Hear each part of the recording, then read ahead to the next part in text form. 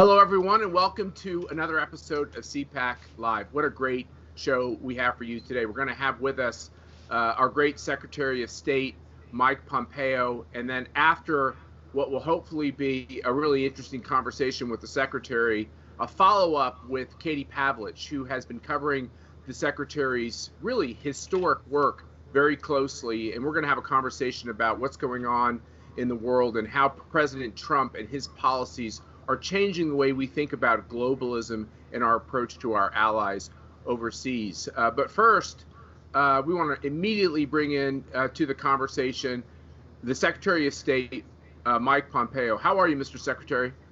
Matt, I'm great. I hope you're doing well. Thanks for having me on today. I'm looking forward to our conversation a great deal.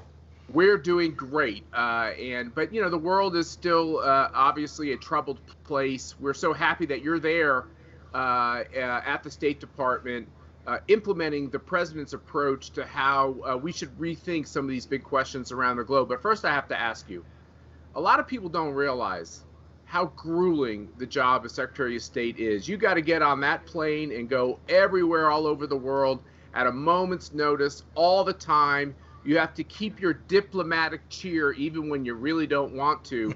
And you've been doing it for a long time. What motivates you every morning to get up and do this job?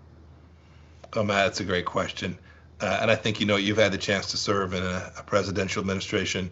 Every day I get up with the intention, quite clearly, of executing on what the American people have asked us to do. They elected President Trump, who has a fundamentally different understanding of making sure that American people are safe, that we're taking care of America's commercial and economic prosperity.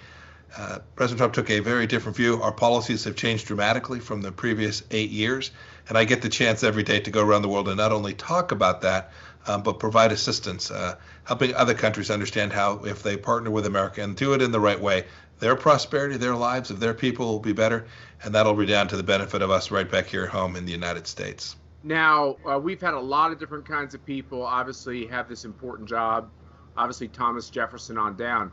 What is unique about you is you come to the job as Secretary of State. Yes, you were elected to Congress and you had a conservative voting record in Congress. You were at the CIA, but you have a lot of business experience, which is unusual in this post. How has that helped you? Yeah, it's true, Matt. I turn to that all the time. Your folks know too. The president has a lot of business experience. Yes. We've got our entire national security team, right? Secretary Mnuchin, Attorney General Barr came from the business world too. Spent a lot of time there.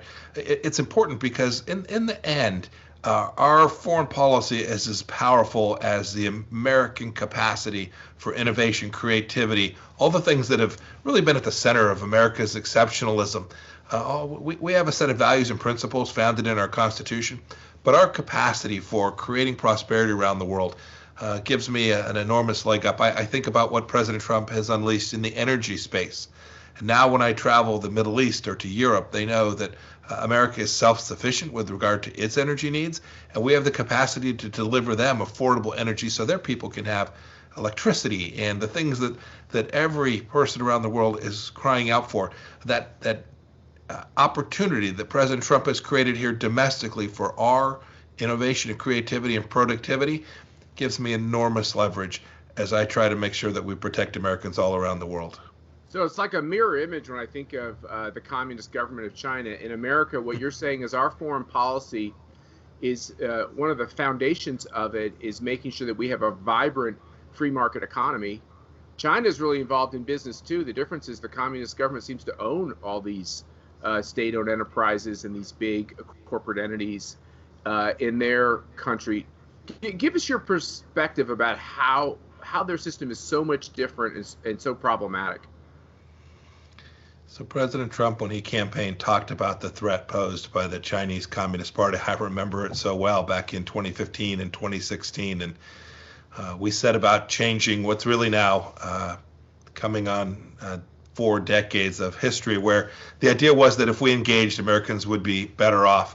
And while there have certainly been commercial benefits that have flowed from that, the risk to the American people is significant. And so President Trump has essentially told the Chinese Communist Party, look, we welcome the Chinese people being successful. We want them to have good lives too. but not at the expense of America, not at the expense of American farmers, American businesses, not at the expense of having our intellectual property created by, Matt, you know, these people who go to work every day and then come up with a good idea, a business practice, a policy, some kind of intellectual property, and then have it stolen by the Chinese government. Right. President Trump has simply said we're not going to tolerate that anymore. And the Chinese Communist Party denying basic freedoms to their own people has a upstream impact on freedom all around the world. And you see it with the software that China has put here in the United States. All these things impact us here at home, and President Trump has said enough. And so we have shifted. We have shifted from a policy of appeasement and engagement to one that says, look, we want to find places to work with you, but we're going to distrust but verify.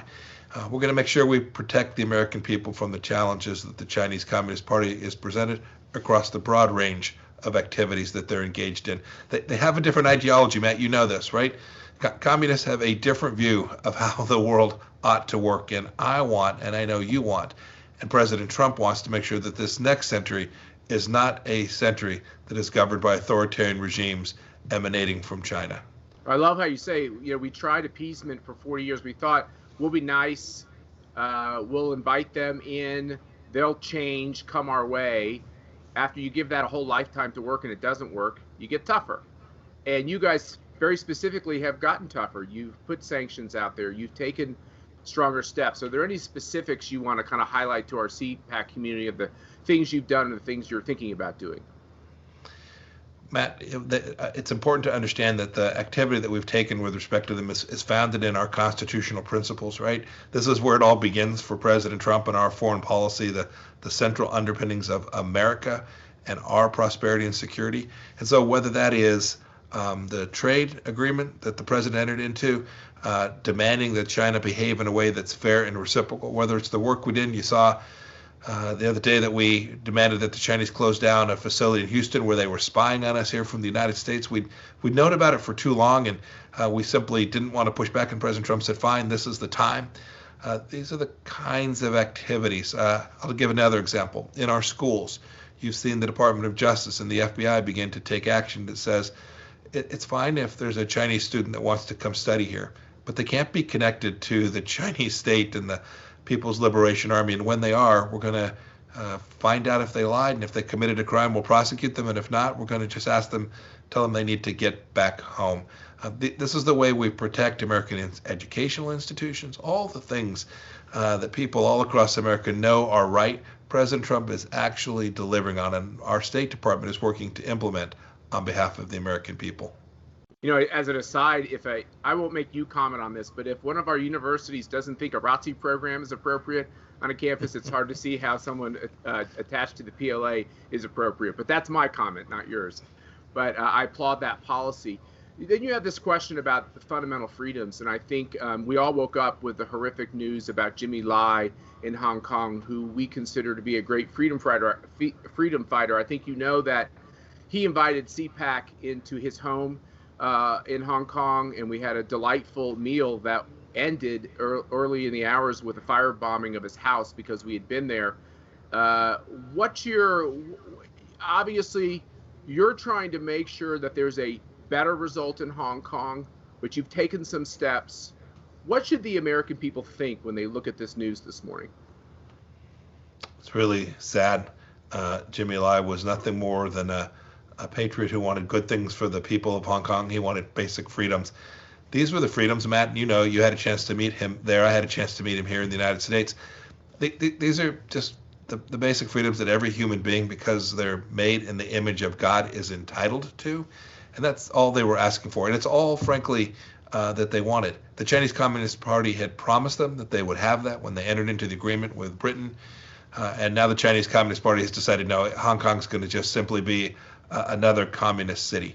So what we have tried to do is create a set of incentives for the Chinese Communist Party to rethink how they're approaching this. I'm not optimistic, given what we saw this morning and what we've seen over the past week, that they're going to change what they're doing. But what we can be sure, and President Trump has said, is that to the extent the Chinese Communist Party treats Hong Kong as just another communist-run city, the United States will do the same. We're not going to allow Beijing to benefit from the harm they're imposing on the people of Hong Kong. Our United Kingdom counterparts have done great work. They're going to allow people from Hong Kong who want to come to Britain to come there, people who've denied these just fundamental basic freedoms. I hope that the Chinese Communist Party will reconsider and allow the promises they made to the Hong Kong people to come through. But you saw, goodness, it was last week now, I think, when they declared that they were going to delay their election, they would have been crushed. Freedom would have won in the election, Matt, and the Chinese Communist Party couldn't permit that to happen. I fear that we may have had our last democratic election in Hong Kong. I hope that I'm wrong about that.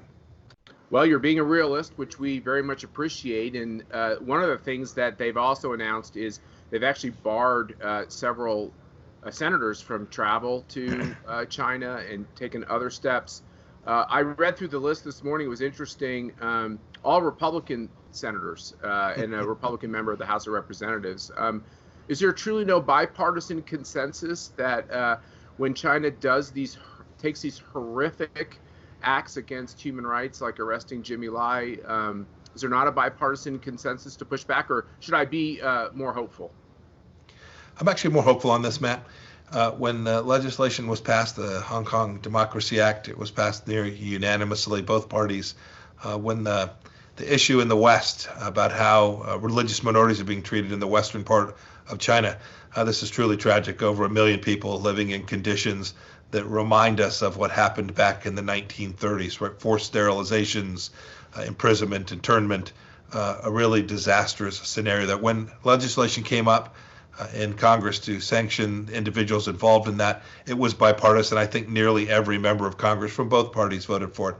I think with respect to the challenges that the Communist Party is presenting in China, I actually think there's good overlap, but it's the case. This policy was driven by President Trump.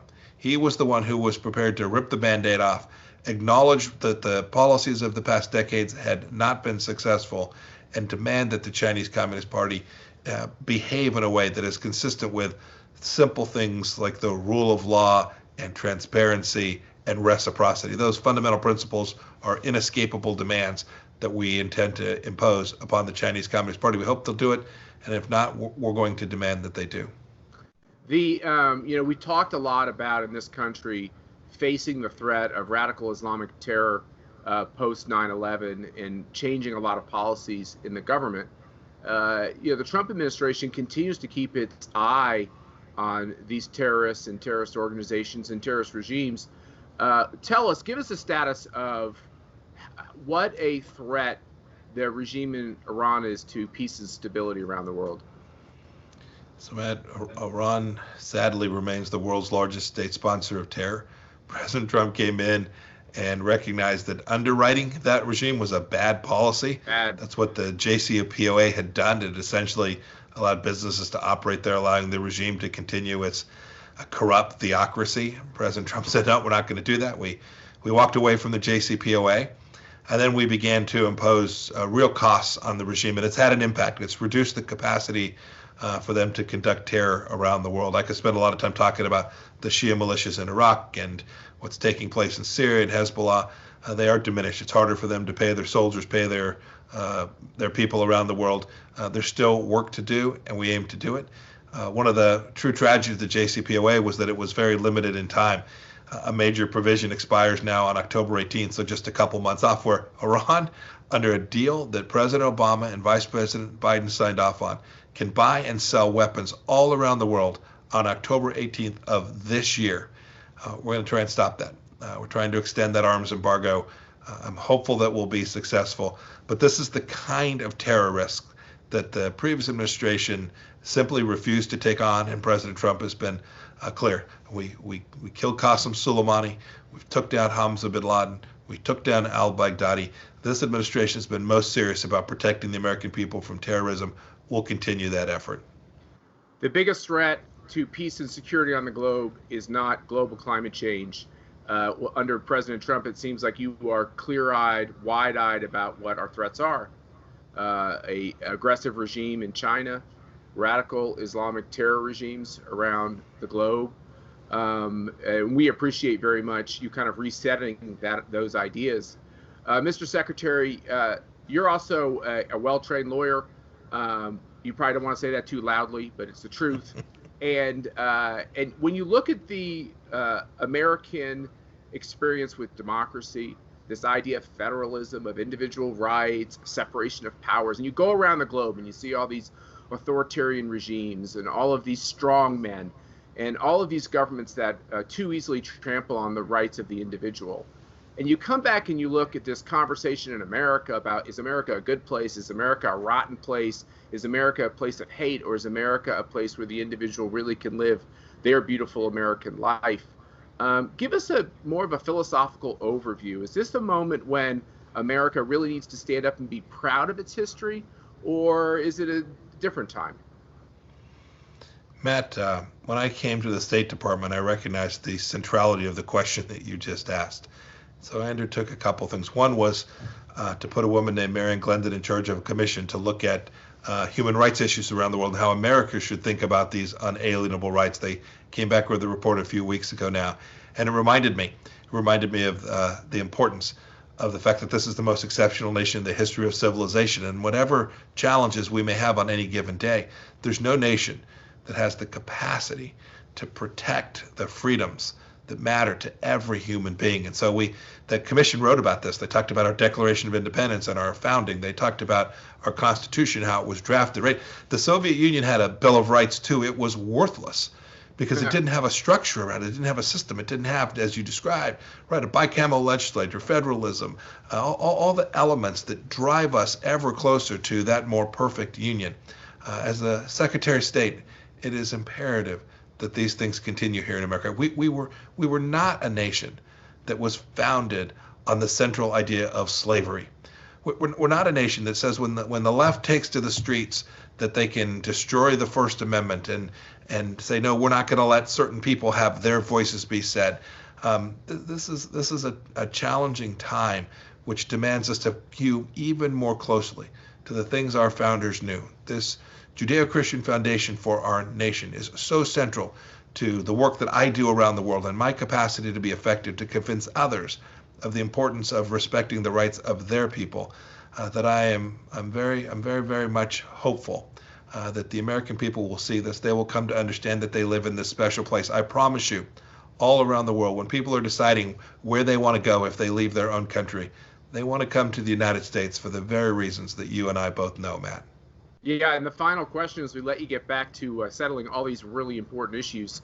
What we found with our kind of humble and meek aspect of global travel, where we had these CPACs in 5 different important parts of the globe last year, unfortunately with the virus, we're not doing that travel, but we will again next year. What the big takeaway I got is when people overseas who are freedom loving see America in a conflict about what America stands for, will America still stand for the freedoms it's always stood for?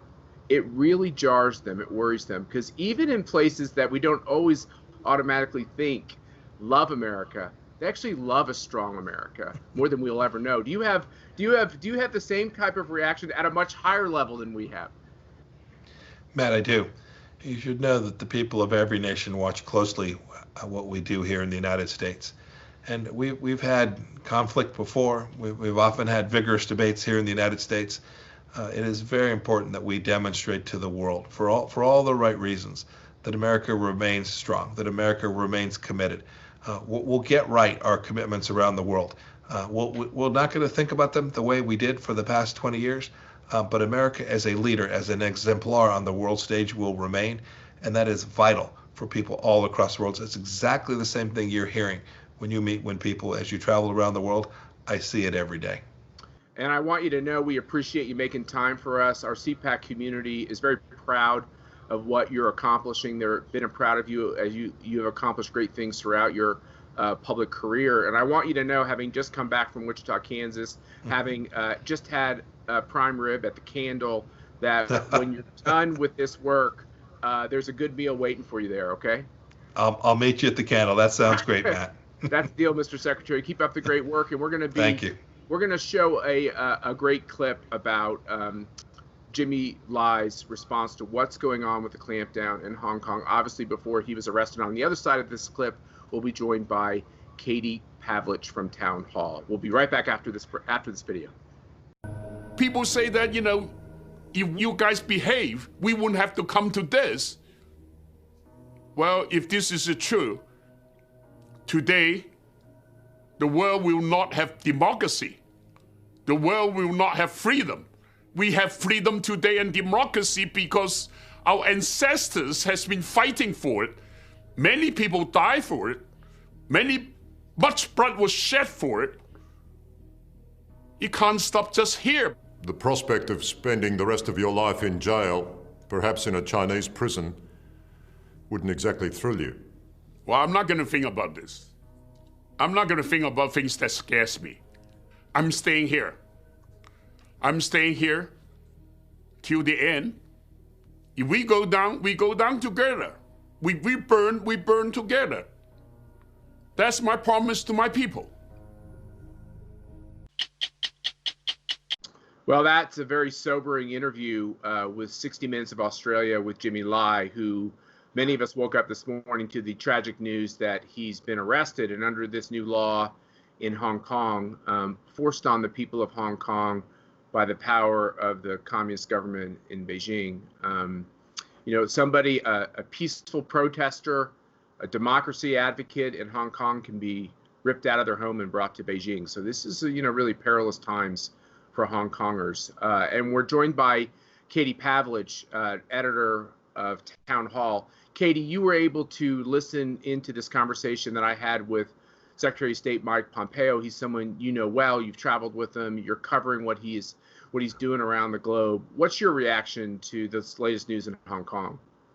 Yeah, the arrest of Jimmy Lai was just a gut-wrenching news to so many people who've been covering that story, as you guys talked about in your interview. And it's not just simply about peaceful protesters, as you know, Matt. It's about the Chinese Communist Party breaking a treaty that they had to allow for Hong Kong to remain autonomous. And, a lot of the time, I think here in America, we're very focused on the news of the day and what's happening right now. But the issue of Hong Kong and the Chinese Communist Party continuing to grasp for power all over the world is a long-term problem for the United States of America. People may ask the question, well, why does Hong Kong matter to me? First of all, they're very pro-American. As we remember, they were waving American flags as they were protesting peacefully against the Chinese Communist Party as they were parking tanks outside of Hong Kong, threatening to come into the city to destroy and kill protesters. And now we're seeing that they're arresting them. And I can't even imagine what they may be doing to the peaceful people who have the right under this treaty to protest and be autonomous as they, as you said, rip them out of their homes and take them to Beijing for questioning over simply just living in a place that is supposed to be free from the strong arm of the Communist Party. But in terms of how we deal with this moving forward, Hong Kong is a huge financial center. This is something that President Trump has talked about. If the Chinese Communist Party is going to run Hong Kong, well, there are going to be major questions about whether we can continue to do financial transactions there. And the rest of the world is also asking that question. Yeah, and when we go back to like 2015, 2016, as President Trump was thinking about running for president, clearly he'd been thinking about it for a long time. And we had this big Republican primary, which I always view as a good thing. You have a big conversation about what a party believes, but it was very, very troubling to a lot of Republicans, this idea that, well, let's face it, number one, that would we actually move our embassy, right? In Israel, because we have been told, well, that's irresponsible. It's the right thing to do morally, but it's irresponsible practically. And we had this whole idea of repositioning the government about climate change being the number one threat to human freedom. And President Trump saying, no, there's a lot of other things that are a bigger threat. But this question of China, breaking down this house of cards, this economic house of cards, in order to reset the relationship, which could result in some economic harm for people in America, was very, very controversial. Looking back on this now, what's your reaction to what Secretary Pompeo and the president have done? Yeah, I mean, this was a big question, a big gamble that everybody, a lot of people were asking, and whether the president's moves on China would be beneficial to America. And I think that the president has been completely vindicated by the way that the Chinese Communist Party has handled the results of the pandemic that they unleashed on the world, and what they did to hoard PPE and prevent American companies from exporting medical supplies to people in America and around the world who really needed them. I think the president has been spot on about China and continues to talk about how he's been dealing with this issue for decades. He's been all over them. And the truth is that even after President Trump leaves office, hopefully in 2024, because Joe Biden, Nancy Pelosi is saying this week that China actually wants Joe Biden to be president. And on that issue, I think it's very troubling that the Chinese Communist Party would want someone like Joe Biden, because that means they'll be able to get away with a lot of their power grabs moving forward. But in terms of the policies that the president has put in place on trade and also convincing our allies, the last big trip that I went on with Secretary Pompeo was at the Munich Security Conference, where he was he was trying to convince through a fact-based argument that Huawei was bad for our European allies. And you fast forward now, after the pandemic, this was right when the pandemic was really starting and when we were knew about it. You have our British allies saying no more Huawei for us. And that was not something that was coming easily for us. It was a real fight to try and remind people that what Huawei would mean for them, and in terms of giving the Chinese power. And then we went through Africa on that trip, and we saw the aftermath of all these African countries signing on with the Chinese to build infrastructure. And they call it a curse now that they got in bed with the Chinese economically, because they are now in so much debt to a Chinese Communist Party that does not have their interest in mind. It's not a partnership. They're indebting these countries to the Chinese Communist Party. And so it's been interesting to see this shift from the allies, as Secretary Pompeo has been successful in explaining what the Chinese Communist Party is up to, and that we are a better ally for them long term. By the way, all that infrastructure where the communist government of China comes in, whether it's in the Caribbean or in Africa or wherever, what the one constant in all the infrastructure is it starts to crumble because it's made crappy, because these are short-term promises for long-term domination. And pain, long-term pain for the people there. And you're right, they'll build a bridge that will collapse, and then they'll walk away and say, oh, we had nothing to do with that. It's not our responsibility. I was on another Pompeo trip, and we were in Finland for the Arctic Circle conference, and China was there for some reasons, arguing that they were a near Arctic country. And then when one of the foreign ministers was asked about whether they are responsible when they build these buildings and infrastructure in these countries and they collapse and actually kill people, whether they're responsible, and he just didn't even answer the question. So it's all about getting people hooked on that money with a false promise of somehow being a partner, when really it's about global dominance. Well, let's make a partnership here between CPAC and you, Katie. Our goal is to get on that list of what'd you say? That's long established. Let's make a deal that we want to be on the next list of people barred from going to China, okay? Because that's quite an honor roll, I would consider, at least with those Republican senators and Chris Smith from the House and these other human rights activists. But I also want to just ask you this question about, we're going in, obviously the Democrats are doing everything they can to not get the campaign started, but the Constitution says we have to have a campaign, and there's going to be an election in November, despite what some people in the media think Donald Trump is trying to do. When you look at the global scene, who are the people across the globe that most don't want to see Donald Trump get a second term? I think Vladimir Putin. I mean, if you look at the number of sanctions that this administration has put on Russia, the most recent being that they essentially cut off gas sales from a number of companies to Russia and Europe. That was a big deal that didn't get a lot of attention. The Chinese Communist Party, which is waging a war not only on the United States, but on the rest of the world, as we've seen with the pandemic alone. That's just one thing that has opened up Pandora's box to everything and put a microscope on everything that the Chinese are doing. I think that Nicolas Maduro in Venezuela would prefer that President Trump lose. So, they always say you can judge people by their enemies. I think that the president is judged by his enemies, and his enemies are enemies of the country and have very bad intentions, not just for the United States of America, but for the Western world in general. And so I think those are the people who would prefer to see President Trump lose. And you have this domestic conversation, too, including people that might have at one time called themselves conservatives. Mm-hmm. You have Republicans, maybe in name only, maybe they're rhinos, but you have some opposition to the president there. When you see our country turning towards socialism, our universities indoctrinating our students and our children, major corporations funding, revolutionary groups, to quote the Attorney General Bill Barr on Mark Levin's show. When you see this whole question about America kind of like embracing, or at least segments of America embracing this radicalism, why would anybody who's kind of a Chamber of Commerce establishment, middle of the road Republican, try to help this leftist Democratic Party, which there's no intersection with our fundamental beliefs on what makes our country good and great and our economy strong and our people better?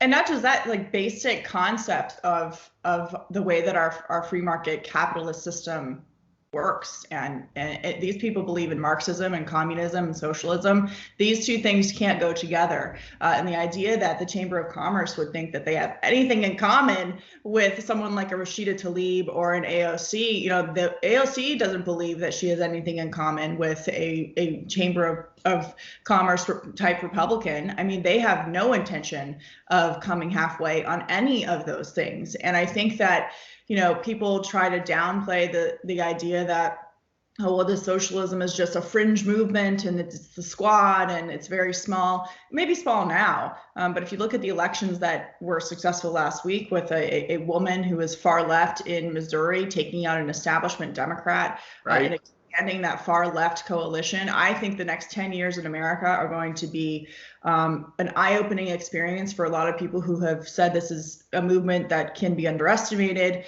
The far left is here to stay. It's going to be a fight not just for, between Republicans and Democrats, but for larger issues and principles for the country and how we operate in our economy. They want to change everything and tear it down. And you look at the groups that they support, Black Lives Matter, for example, saying, if we don't get what we want, we're going to burn the system down. And as you know, literally, we've been seeing cities across the country burning because they're not getting what they want. And so I think people have to take it seriously and always remember that the appeasers are the ones who get eaten first. There's no room for negotiation with people who want to burn down the system if they don't get what they want. You mean you don't think Anthony Scaramucci will be rewarded with a cabinet position? I don't think so. Given how long he lasted last time in government, I'm not sure if he's a good one for the job. Do you think John Bolton would be his Secretary of State? I don't think so either. I don't think this is. I'm not sure. No, I don't think on that one. Maybe put some money down. Katie Pavlich, thanks for all the great work you do, whether it's on our TV sets or in the columns that you write, or this important coverage that you do around the globe with people like Mike Pompeo. We consider you a great ally and a clarion of truth in a very troubled time. And thanks for calling out the people by name who are trying to destroy this country. I think that's very important thing to do. I will remind you that when we were on the streets of Hong Kong with Jimmy Lai and with Andy Chan and with these others, so many of the students would come up to us and say to us, please go back to America and tell your president he's the first president who has our backs. Yeah. So I think it's not just who your enemies are, but it's also who your friends are. Yeah, and thank you, Matt, and everything CPAC has been doing to back up the Hong Kongers. And let's just pray for Jimmy Lai, because I think he's going to need the prayers. And who's that in the background? You got to remind us who your dog is. Sorry, Gadsden's here. So sorry. He's a beauty, by the way. I want to see him again. Okay. Katie Pavlich, thanks for joining us on CPAC Live, and thanks to all of you for listening. And what a great show! And we look forward to coming at you on Wednesday with another great show. Have a great day.